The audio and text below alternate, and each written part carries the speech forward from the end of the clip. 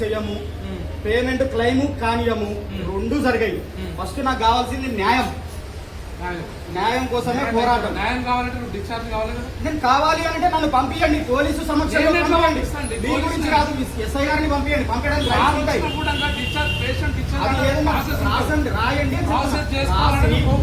అంటే దాంట్లో ఏం రాశారు, వెళ్ళిపోతున్నాము సార్. అదే చెప్పు, నేను ఏమంటున్నాను, ఎందుకోసం వెళ్తున్నాము 1 పాయింట్ ఒకటి చెప్పు. మేడం డిశ్చార్జ్ కావాలంటే ఫస్ట్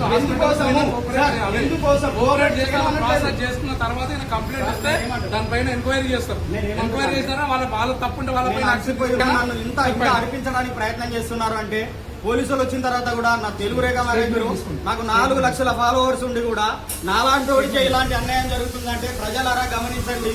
ఎంత ఘోరమైన స్థితిలో ఇదేంటి hospital, meditech multi speciality hospital Jagadgirigutta 24/7 నన్నే ఇంత ఇబ్బంది పెడుతున్నారు. ఫస్ట్ నన్ను హాస్పిటలైజ్ చేయాల్సిన వచ్చిన కానిస్టేబుల్ కూడా వాళ్ళ తరపే మాట్లాడుతున్నారంటే ఇది ఎంతవరకు న్యాయం? ప్రజలరా మీరు గమనించండి. నాతో చాలా కాంప్రమైజ్ చేయడానికి గోపీకృష్ణ కూడా ట్రై చేశాడు. వీళ్ళ ఎండియా సిఇఓనా ఆయన కూడా నేను మాట్లాడలేదు. ససెంగి రాన్న తర్వాత వీళ్ళన్నీ జరుగుతుంది. దయచేసి ఎస్ఐ గారు, సిఐ గారు, కలెక్టర్లు, సీఎం రేవంత్ రెడ్డి కూడా రావాలి.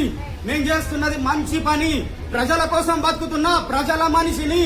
ప్రజా వ్యక్తికే ఇలాంటి అన్యాయం జరుగుతుంటే మీరు ఏం చేస్తున్నారు? ఇంతవరకు ఎవరు రాకపోవడం న్యాయమా? నన్ను ఈ పరిస్థితుల్లో మీరు చూపిస్తారా?